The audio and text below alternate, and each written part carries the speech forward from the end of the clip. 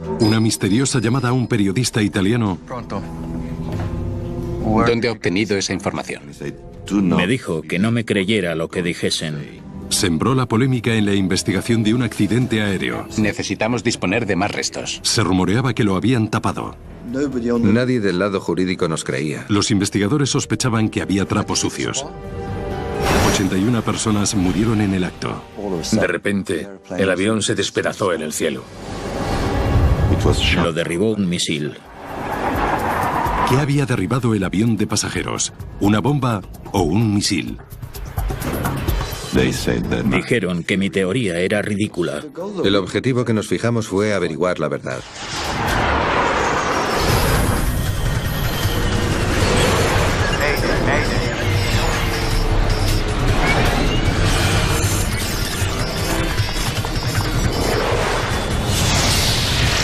Mayday, catástrofes aéreas. Basado en hechos reales, la información fue extraída de informes oficiales y declaraciones de testigos oculares.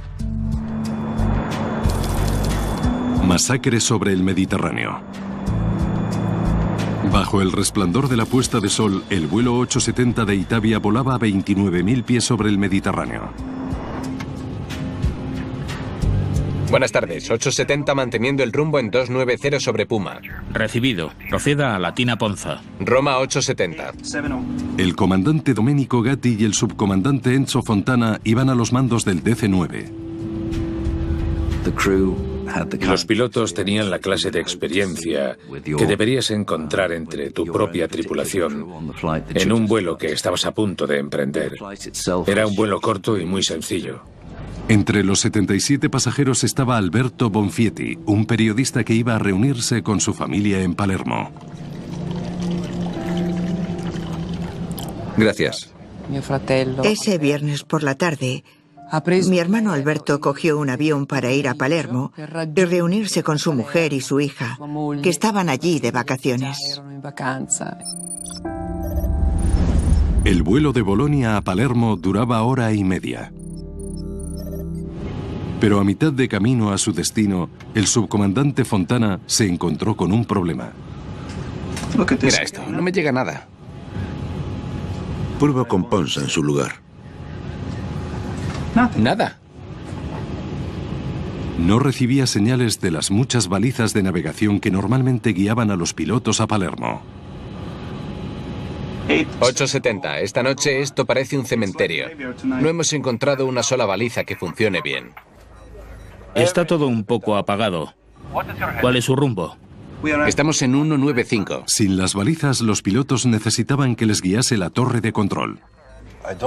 No sé si queréis seguir en esa dirección. Si no, podéis girar a la derecha 15 o 20 grados. Vale, iremos a 210. El avión giró y se encontró una bolsa de turbulencias.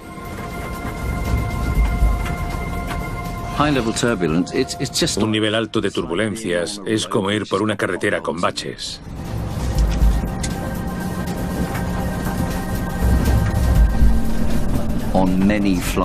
En muchos vuelos, cualquiera puede encontrarse con algún tipo de turbulencias en cualquier momento.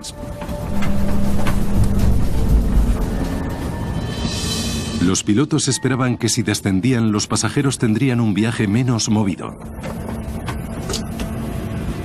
Vamos a intentar bajar. Aquí 870. ¿Es posible ir a 250? Afirmativo. Puede iniciar el descenso. Los pilotos a menudo piden un cambio de nivel si encuentran turbulencias, porque saben que ponen incómodos y nerviosos a los pasajeros. Prueban con otro nivel. Eso es lo que creo que intentaron hacer. Ya está, por fin.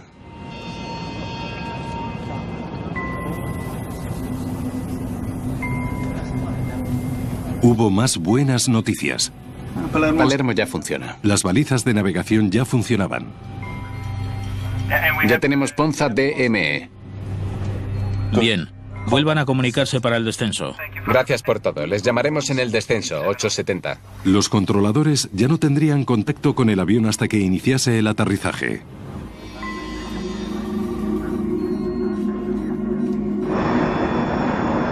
pero segundos después el avión del vuelo 870 de Itavia estalló en pedazos y desapareció del radar.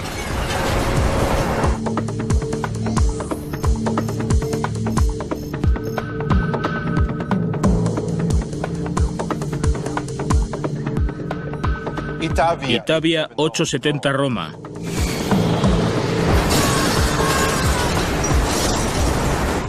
Itavia 870 Roma.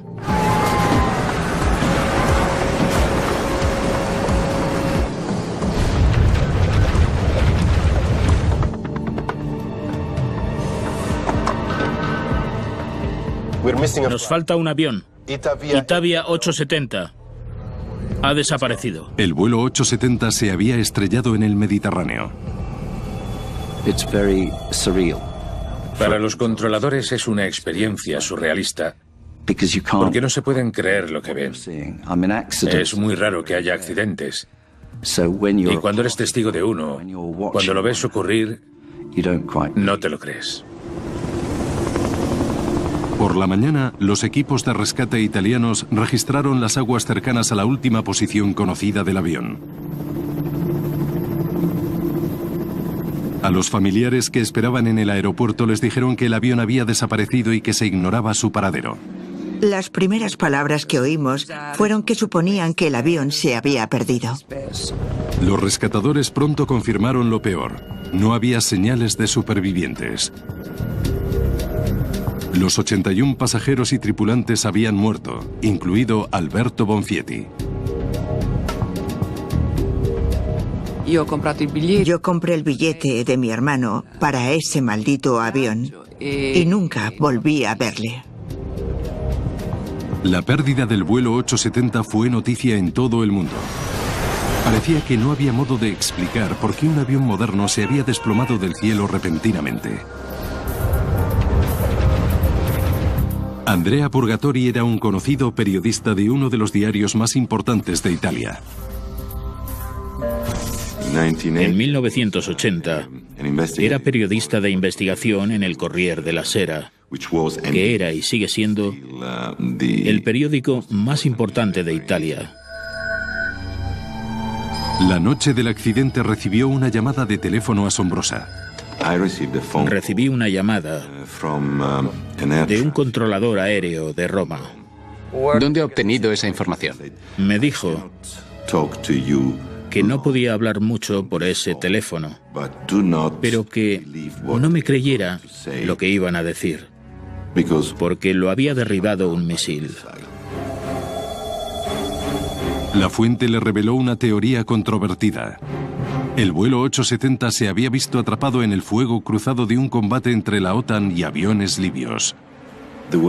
En el Mediterráneo había mucha tensión, similar a la tensión previa a una guerra. En 1980 el Mediterráneo era una zona militarmente crítica. Italia estaba al otro lado del mar de Libia. Era un país forajido gobernado por el coronel Muammar Gaddafi, un paria internacional. En esa época Gaddafi era como ahora Saddam Hussein u Osama Bin Laden para Estados Unidos y casi todo el mundo occidental. ¿La tensión política entre Libia y Occidente se habría cobrado la vida de 81 inocentes? Sí, le garantizo que su identidad está a salvo conmigo. Purgatori estaba convencido de que estaba a punto de descubrir una gran noticia internacional. Era el tipo de historia que un periodista solo se encuentra una vez en su vida, una vez en su carrera. De acuerdo, vamos a quedar. Pero se tardaría más de 30 años en averiguar lo que realmente había pasado esa noche en el cielo de Italia.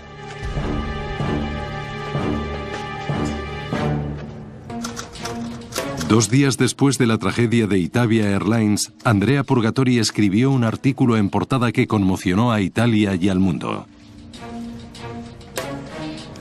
Ya ha salido. Fui el primero que dije que existía la posibilidad de que el DC-9 hubiera sido derribado por un misil. Purgatori investigó y desarrolló una teoría sorprendente. Unos cazas de combate occidentales, probablemente franceses, habían cometido un acto de guerra con aviones libios. Y los aviones libios seguramente se habían escondido detrás del DC-9. El DC-9 estaba en el lugar equivocado en el momento equivocado y fue derribado por uno de esos misiles. El gobierno italiano negó las noticias de los medios de que un misil había derribado el vuelo 870 y lanzó una investigación oficial del accidente. Las fuerzas aéreas italianas dieron una rueda de prensa y dijeron que mi teoría era ridícula. Se habían recuperado 38 cadáveres del lugar del accidente, pero la mayoría de los restos del avión se habían hundido en el fondo del Mediterráneo. Los investigadores tenían pocas pistas.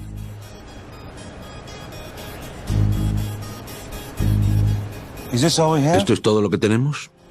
Los primeros investigadores del accidente no tuvieron mucho que investigar, apenas quedaban restos. Esperaban que los controladores de guardia en el momento del accidente tuvieran más información. Esa noche hubo un problema con las balizas, pero aparte de eso no pasó nada. Pero los controladores no tenían ni idea de qué había fallado. Palermo ya funciona. Bien, vuelvan a llamar en el descenso. No habían oído que los pilotos tuvieran problemas. Gracias por todo. Les llamaremos en el descenso, 870. Si es una emergencia que se genera poco a poco hasta que el avión resulta incontrolable, seguro que los pilotos lo comunican. Pero no dijeron nada. No tuvieron tiempo. Así que fuese lo que fuese, debió ser muy repentino. Una colisión en pleno vuelo podía explicar el accidente. Los controladores no sabían con seguridad si había otro avión cerca. Su radar estaba configurado para detectar aviones grandes y podía no haber captado aviones menores. Fue todo lo que vi. Los investigadores necesitaban una pista sólida. No tenían pruebas de que un misil hubiera derribado el avión, pero tampoco tenían pruebas de otra causa. Tenemos que estudiar todas las explicaciones posibles. Los investigadores, si la prensa especula con que el avión ha sido derribado, lo leen como todo el mundo, pero manteniendo la mente abierta. Estudiaron otros incidentes que involucraron el mismo tipo de avión.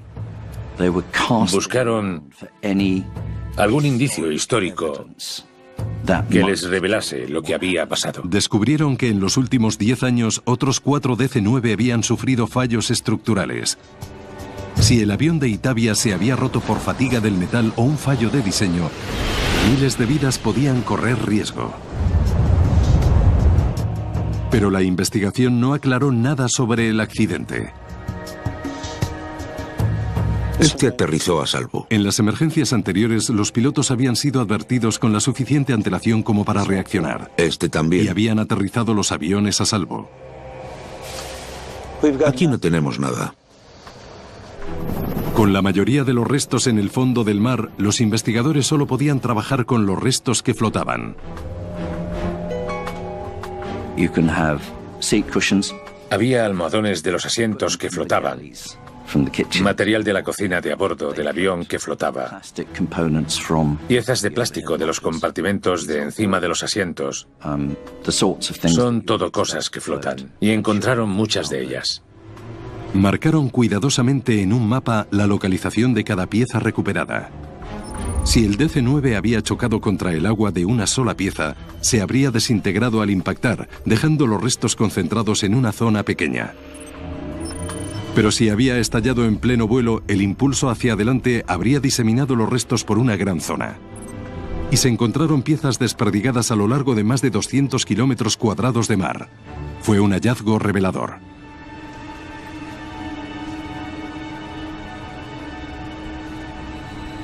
Demasiado separadas para deberse al impacto. Los pilotos no sabían lo que iba a pasar. Los controladores tampoco. Y de repente el avión se desintegró en el cielo. Los investigadores examinaron los restos en busca de pruebas de que otro avión hubiera chocado con el vuelo 870. No encontraron nada.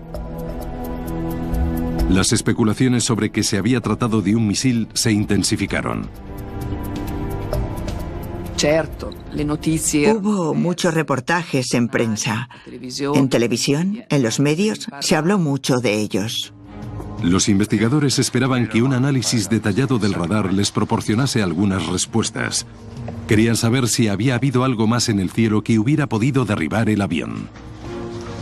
Vale. Contactaron con John McIdall, de la Junta de Seguridad Nacional para el Transporte de Estados Unidos. Muy bien, a ver qué vemos. McIdall estaba muy cualificado para el trabajo. Era un antiguo piloto de la Marina experto en radares. Estados Unidos está obligado a ayudar a otros países en las investigaciones de accidentes de avión en otros países si se trata de un avión de fabricación norteamericana. En este caso era un Douglas DC-9. Estudió una versión mejorada de la trayectoria de radar del vuelo 870 que mostraba más detalles de los que podía ver un controlador. Recibí una impresión del radar que incluía la ruta de la baliza del DC-9. Parece que se deshizo aquí. Aquí están las piezas. El radar funciona haciendo rebotar ondas de radio contra objetos. Cuando un avión se desintegra, cada pieza emite su propia señal o retorno. Los controladores ajustan los radares para detectar aviones, pero los radares se pueden ajustar para detectar otros objetos.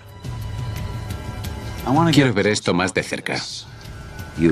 Al final, se empieza a recibir más de un retorno de radar, así que hay mucho que ver. McIdall no encontró ninguna señal de una colisión en el aire. A ver qué tenemos aquí. Pero se fijó en algo inusual. Había 3 señales de radar no identificadas al oeste del vuelo 870. McIdall llegó a una conclusión desconcertante. A esa altitud y a esa velocidad, parece un jet de alta velocidad. Vio señales de otro avión que no era un avión civil. Venía desde el oeste, a esa hora del día, y no lo vieron venir. El avión no identificado se acercó con el sol detrás, que es una técnica habitual de los pilotos de cazas de combate. Cegados por el sol, los pilotos del DC-9 apenas tuvieron posibilidades de ver el avión que se acercaba. Les dije que era posible que otro avión hubiese disparado algo. Estaba claro que era un caza disparando un misil. El análisis de McIdall consideraba más que probable que un caza de combate hubiera estado volando cerca del DC-9. 3 semanas después del accidente salieron a la luz nuevas pruebas. Se hallaron los restos de un caza de combate libio en las montañas del sur de Italia. El descubrimiento incrementó las sospechas y avivó la teoría del misil. En mi opinión, unos cazas franceses habían despegado de la base de Solenzara, en la isla de Córcega, para interceptar unos cazas libios. Había sido un acto de guerra. Para el periodista Andrea Purgatori, el caza libio estrellado confirmaba su teoría de que el vuelo 870 había sido una víctima no intencionada de un combate secreto entre cazas libios y de la OTAN. Cuesta decir si fueron los franceses los que dispararon a los libios o viceversa. Pero cuando los cazas franceses persiguieron a los cazas libios, uno se estrelló en las montañas de Calabria, al sur de Italia. El avión había desaparecido. Había habido una explosión. ¿Había sido un misil? Creí que sí, que sería lo más posible. Hasta entonces, las pruebas del ataque de un misil eran circunstanciales. Entonces los investigadores tuvieron un golpe de suerte. Encontraron una pista intrigante. Un trozo de metralla clavada en el cadáver de un pasajero. Si lograban identificar de dónde procedía, tal vez averiguasen la causa de la explosión. Hay algo que me gustaría que vieras. Los investigadores italianos viajaron a Washington con el trozo de metal. Bienvenido a Washington, señor. Gracias. ¿Es esto? Sí. Pidieron a John Makidal de la NTSB que les ayudase a identificarla. Vale, vamos a echarle un vistazo. Era del tamaño de este bolígrafo, ligeramente curvada, plana por un lado. ¿De dónde habrás salido? Se había encontrado en el muslo de un pasajero. En la NTSB teníamos el esquema estructural de un DC-9 entero. Y basándome en lo que sabía de misiles, empecé a fijarme en la parte central del avión. Ese tipo de metal parecía proceder del exterior de la cabina de pasajeros. Vamos a tener que ver los pozos de las ruedas. Miramos ambos pozos de las ruedas y encajaban con las estrías curvas y singulares de ese panel. El siguiente. Debajo del pozo de la rueda derecha, no la izquierda. El siguiente. No encajaba con el pozo de la rueda izquierda.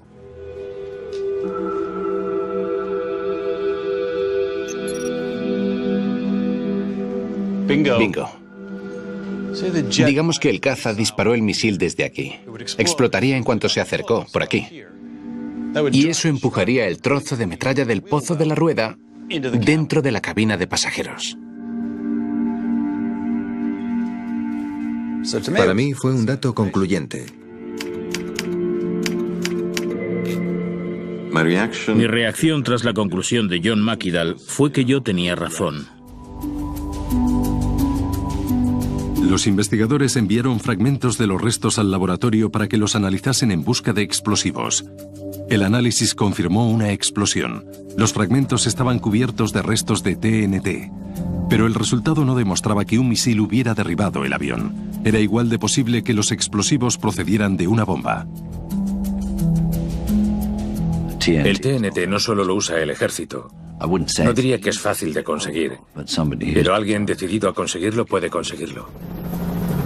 5 semanas después del desastre de Itavia, los italianos se vieron sobrecogidos por otra tragedia. Una bomba en la estación de tren de Bolonia mató a 85 personas. Unos terroristas neofascistas fueron culpados del atentado, lo que sembró el temor de que el mismo grupo podía haber colocado una bomba en el vuelo 870. La nueva prueba puso a los investigadores en un dilema. Tenían pruebas circunstanciales para las teorías tanto del misil como de la bomba, pero no había ninguna prueba que determinase cuál de los dos había causado la explosión. Vamos a tener que decir que no lo sabemos. La comisión del Ministerio de Transporte trabajó 2 años y acabó diciendo que el accidente había sido una explosión, pero no supieron decir si la explosión había sido dentro o fuera del avión, ni si había sido una bomba o un misil. El gobierno italiano, bajo una extrema presión pública para encontrar respuestas, emitió un informe que solo decía que una explosión de origen desconocido había derribado el avión. Fue muy insatisfactorio. Fue abrumador. No se puede decir que ninguno de nosotros, como yo, que nos preocupamos por estas cosas, ni sobre todo las familias, nos quedásemos satisfechos. Daria Bonfietti continuó exigiendo respuestas sobre lo acontecido a su hermano. No estuvo sola en la lucha. Bajo nuestra guía, un grupo de intelectuales escribió una carta pubblica che chiedeva per quale motivo non si sapesse la verità su questa vicenda e che venissero mossi tutti gli ostacoli che impedivano alla verità di venire fuori. La presión dio sus frutos. 5 años después de la primera investigación no concluyente, el gobierno italiano accedió a iniciar otra investigación. En mayo de 1987, una operación de rescate multimillonaria recuperó la grabadora de voz de cabina. Podría ser la clave que necesitaban los investigadores para averiguar qué había derribado realmente al vuelo 870 de Itavia. La grabadora de voz de cabina permitió a los investigadores escuchar lo que habían dicho los pilotos en los últimos momentos del vuelo. Itavia 870. Vuelvan a llamar en el descenso. Gracias por todo. Les llamaremos en el descenso 870. El comandante empezaba a decir guarda, mira en italiano. Guarda. Luego la grabación se cortaba bruscamente. Los investigadores se preguntaron si habría atisbado el misil que se dirigía hacia el avión.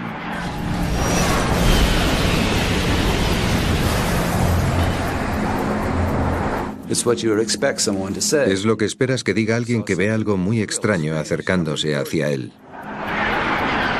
La conjetura es que estaba empezando a decir, mira, pero pudo decir, mira el horizonte artificial. Pudo decir eso. En la operación de rescate se recuperaron cientos de fragmentos de restos del fondo del mar y se recompusieron en un hangar cercano a Roma. Seguía faltando más del 50% del avión, pero el perfil de la aeronave comenzó a cobrar forma. Es como un rompecabezas. Si quieres llegar a una teoría de cómo se destrozó el avión, cuanto más puedas reconstruir visualmente esa imagen, más claro lo tendrás. Un fragmento clave de los restos dio pábulo a la teoría de que un misil había derribado el avión.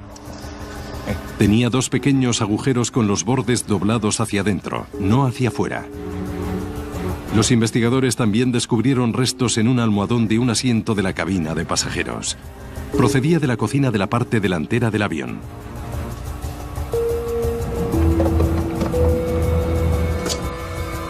Si un misil había estallado cerca de la parte delantera del avión, habría podido empujar esa pieza hacia la parte de atrás. Pero faltaban demasiadas piezas para llegar a una conclusión definitiva. Ya no podemos seguir. Teníamos restos y algunas pruebas del radar, pero no eran pruebas primarias. Las verdaderas pruebas eran los fragmentos del avión. Los investigadores italianos estaban sometidos a una gran presión por anunciar qué había derribado el avión. La gente empezó a pedir que se revelara lo que había ocurrido exactamente con el avión. Todo encaja con la teoría del misil. Y decidieron dar la cara. En 1989 hicieron público un informe del accidente que concluía que la explosión probablemente había estado causada por un misil lanzado por una aeronave no identificada.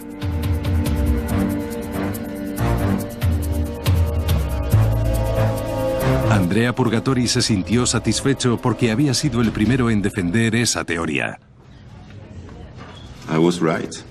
Tenía razón. Hice bien en investigar el caso y en recomponer la verdad, la posible verdad, pieza por pieza. A partir de entonces, los familiares de las víctimas empezamos a creer que un misil había derribado el DC-9. Pero un año después, la investigación se vino abajo cuando ocurrió lo impensable. Citando falta de pruebas, dos investigadores italianos se retractaron de su opinión de que un misil había derribado el avión. Volvemos a partir de cero. Es muy raro tener tan poca certeza sobre un accidente. Y en ese sentido, era un accidente fuera de lo común. El gobierno italiano ordenó una tercera investigación para zanjar la cuestión de una vez por todas. ¿Había derribado un misil el vuelo 870 o había sido una bomba? Se convocó a un grupo internacional de expertos que incluían al veterano investigador de accidentes aéreos británico Frank Taylor. Muy bien, vamos a colocarlos aquí. El objetivo que nos fijamos fue descubrir la verdad, averiguar lo que había pasado y redactar un informe. Y eso era lo justo, era lo ideal, porque es lo que se hace en una investigación, estudiar las pruebas e intentar averiguar lo que significan. Taylor estaba extraordinariamente cualificado para identificar indicios de una bomba. Había investigado más de 20 desastres aéreos, incluido el de la bomba del vuelo 103 de Pan Am en Lockerbie, Escocia. En 1988, unos terroristas libios colocaron una bomba en la bodega del vuelo 103. Cuando explotó, destrozó el avión y mató a 270 personas.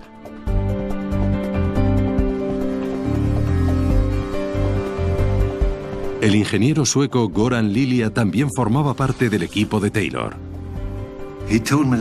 Me dijo que era un accidente aéreo polémico que había sucedido en el pasado y que sospechaba que se había tapado la intervención del ejército. A Taylor enseguida le preocupó que se hubieran recuperado tan pocos restos del avión. ¿Estos son todos los restos que tenemos? Nos sorprendió que alguien hubiera llegado a una conclusión basándose en esos restos, aparte del hecho de que se había tratado de algún tipo de bomba. Lo primero que tenemos que hacer es encontrar el resto del avión. La primera labor de Taylor fue convencer al gobierno de que financiase una nueva búsqueda. Sí, ¿puede pasarme, por favor? Costaría millones y no estaba garantizado que resolviera el caso. No, necesitamos más restos del avión. La conclusión básica de lo que habíamos heredado era que necesitábamos más restos, y así lo dijimos claramente. No podemos llegar a una conclusión sin más restos. Sí. Sí. Vale, gracias. Gracias a Dios. Si alguien podía encontrar los restos, era Taylor. Durante la investigación del atentado de Lockerbie, había ayudado a desarrollar un software para localizar restos desperdigados. Hay dos variables: lo lejos que puede llegar un fragmento en la dirección en la que viaja el avión y lo lejos que se la llevará el viento en la dirección en la que sople, pero el ordenador puede hacer eso fácilmente. Taylor convenció al gobierno italiano de que ese programa podía encontrar más restos. Vale, altitud alrededor de 24.000. Aprobaron su solicitud de una nueva operación de rescate. Viento del oeste a unos 100 nudos. Pero le presionaron para que obtuviera resultados.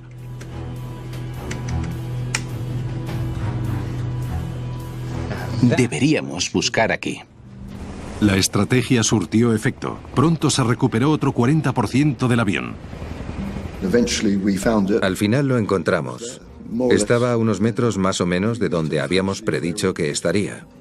La distribución de los restos por el lecho marino indicó a Taylor qué piezas se habían desprendido primero. Los investigadores llegaron a una teoría sobre cómo se había destruido el avión. ¿Ves las primeras piezas? La explosión fue en la parte trasera del avión, no en la delantera. Luego cayó así, de morro. La reconstrucción parecía confirmar su teoría. Los restos de la parte delantera del avión eran mucho más pequeños que los demás. Si un avión cae en picado a un alto ritmo de descenso, el choque contra la superficie del agua es desastroso para la estructura. Es como si chocase con la ladera de un monte de granito. La teoría también explicaba por qué los restos de la parte delantera del avión habían acabado detrás o incrustados en los cuerpos de los pasajeros. Y por qué la puerta de carga tenía agujeros doblados hacia adentro. Cuando los costados del fuselaje se arrugaron, las ventanillas reventaron y los remaches del revestimiento exterior saltaron hacia adentro, hacia afuera, en todas direcciones. Eso explicaba por qué se encontraron desde el principio fragmentos incrustados en los almohadones y los cadáveres. Pero no todas las pruebas apoyaban la teoría de Taylor de que la explosión había sido en la parte de atrás del avión. No explicaba un agujero que había cerca de la parte delantera del fuselaje. No lo entiendo. Necesitamos más pruebas. No se puede coger un dato sobre una pieza que falta de la parte frontal y decir que debe significar esto. No hay nada tan obvio. Los investigadores volvieron a examinar el radar. Vale. Aquí está el vuelo 870. Querían comprobar si había señales de un caza de combate cercano. Sí, vamos a eliminar lo que creemos que es ruido. Descubrieron que había muchos retornos no identificados, no solo los 3 anteriormente identificados como un caza de combate. Es común que haya marcas aleatorias o descarriadas en el radar. En la zona había muchos retornos sin explicar, pero nos dimos cuenta de que los únicos que estaban relacionados habían llevado a la gente a creer que había otro avión en la zona. Taylor llegó a la conclusión de que lo que McKiddle había creído que era otro avión en realidad eran restos del vuelo 870 desintegrándose. Sé qué avión es este. Es nuestro avión. Y esto es un fragmento. La investigación había llegado a un punto muerto. Se habían descartado las pruebas de que hubiera otro avión. Y seguía sin haber pruebas de la presencia de una bomba a bordo. Entonces, Frank Taylor se fijó en algo raro en la parte trasera del avión. Había una serie de pequeños fragmentos aplastados mezclados con zonas casi intactas. Algo no encaja. Para Frank Taylor era una señal de que los restos estaban colocados en el lugar equivocado. Tenían el aspecto equivocado. La progresión de los daños del intenso aplastamiento, de piezas muy pequeñas a muy grandes y luego de muy grandes a muy pequeñas, no tenía sentido. Había un fragmento que destacaba.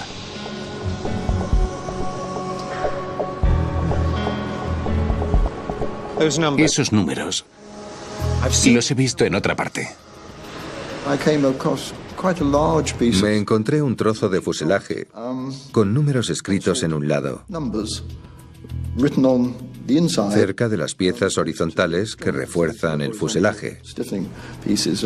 Nunca había visto esa pieza, pero recordaba que había visto otra pieza con esos números, aunque no me acordaba dónde exactamente. Tenía una ligera idea, así que seguí buscando.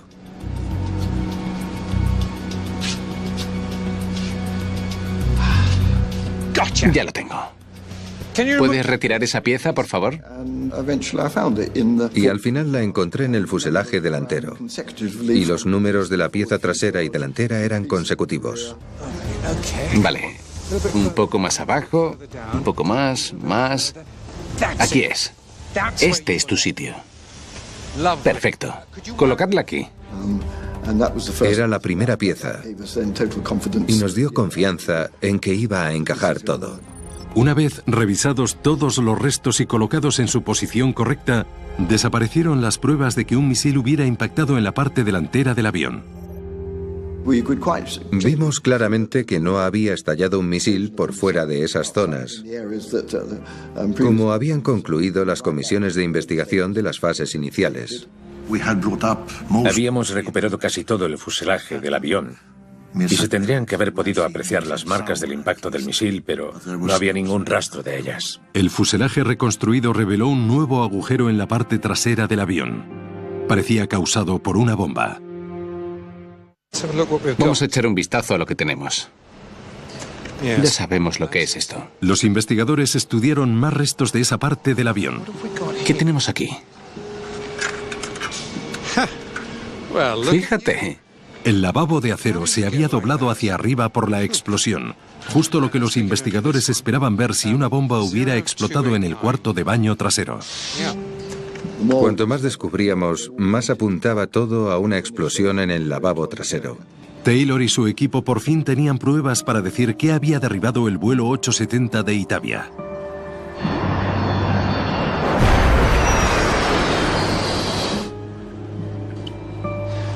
Creo que fue una bomba.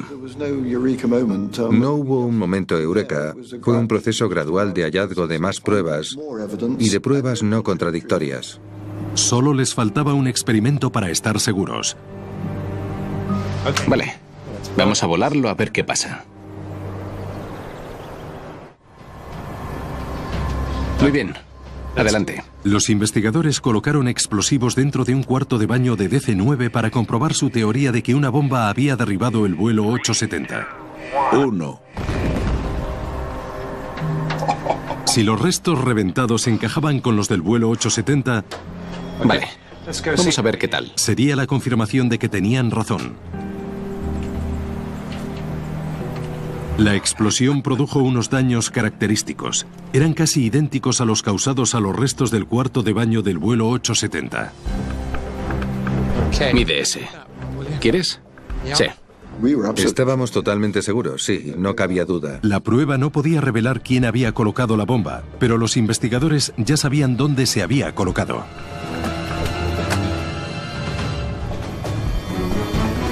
Era una bomba lo bastante pequeña para esconderla en el contenedor de los pañuelos o detrás del lavabo.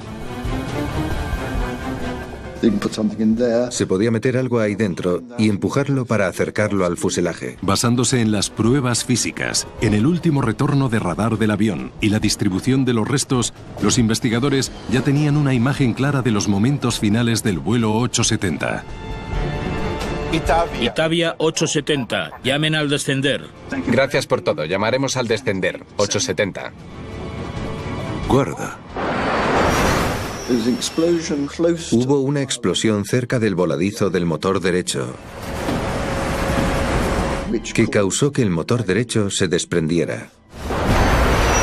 En menos de 10 segundos el avión se deshizo y cayó al mar.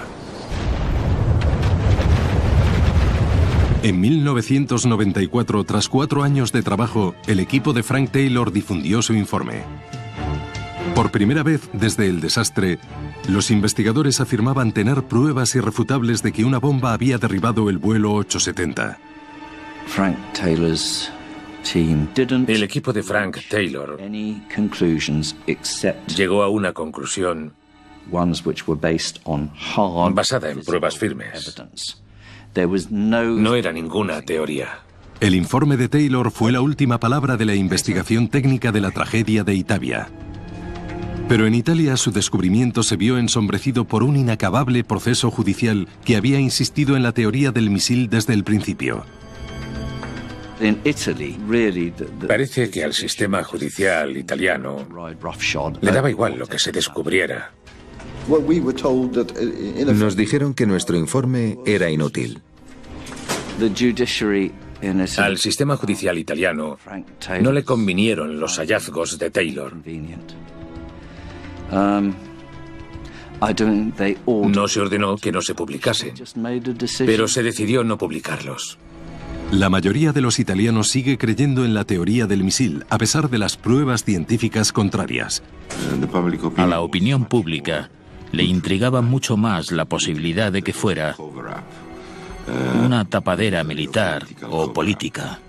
En 2013, en una audiencia para asignar la responsabilidad económica del accidente, el Tribunal Supremo italiano decretó que un misil de origen desconocido había derribado al vuelo 870 y condenó al gobierno italiano a pagar 100 millones de euros a las familias de las víctimas. La sentencia fue un alivio para las familias, pero algunos se preguntan si se ignoraron pruebas importantes. Lo siento, pero Italia es un país horrible para tener un accidente de avión. Si quieres saber la verdad, es el lugar del mundo donde es más probable que nunca la descubras. Para el investigador de accidentes aéreos Frank Taylor, las pruebas hablan por sí mismas. Descubrimos claramente que alguien había colocado una bomba dentro, pero parece que nadie nos creyó desde el punto de vista legal. Y por lo tanto, que sepamos, no se ha intentado buscar al culpable ni averiguar por qué lo hizo. Como ingeniero e investigador, no entiendo por qué alguien puede preferir no saber la verdad.